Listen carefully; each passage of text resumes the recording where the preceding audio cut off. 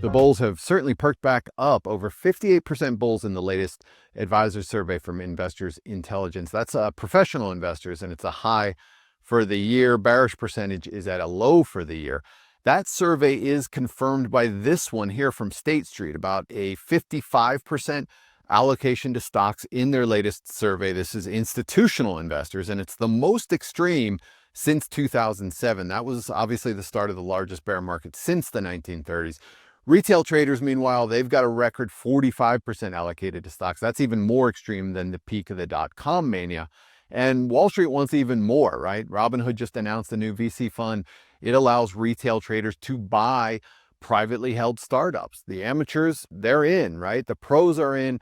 This is a dangerous sentiment environment that begs the question, is anyone left to buy this market during a substantive decline? If you want our take on this question, go to elliottwave.com.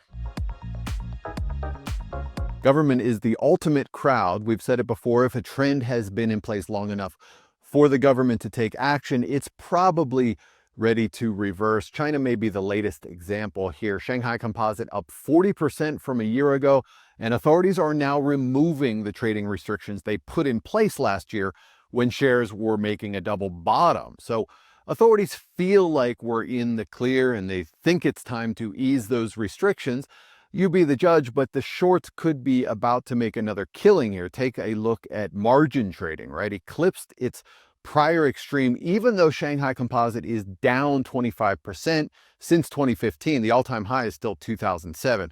So investors are buying with record leverage in a market that is ripe for reversal. Last month's new high in the Russell 2000, that erased one of the biggest divergences we've been tracking. The small caps have joined the large caps at new all-time highs. There are, however, a few more non-confirmations to watch. S&P small caps, S&P mid caps, the geometric value line composite, all still below their peaks from 2024. And then there's this divergence between the industrials and the transports.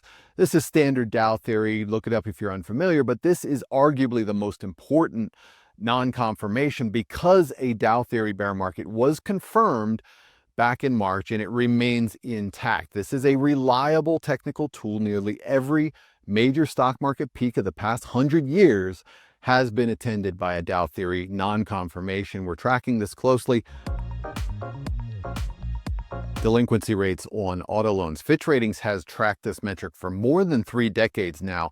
We're back at all-time highs, about 6.5% for 60 days past due. That's the subprime segment, higher than anything we've seen before, including 2009, which was toward the end of the Great Recession. So this problem is getting attention because car loans are the number 2 debt sector behind mortgages. Consumer Federation of America, they just sounded the alarm. Auto finance is at a breaking point, they say. Meanwhile, check out the stock price of the largest used car company in the States, CarMax, down 73% since its all-time high. That was 4 years ago, and just a few weeks ago, prices gapped 20% down at the open. So the economy is still expanding, yes, but we have case after case now showing that consumers are maxed out. For more, go to elliottwave.com.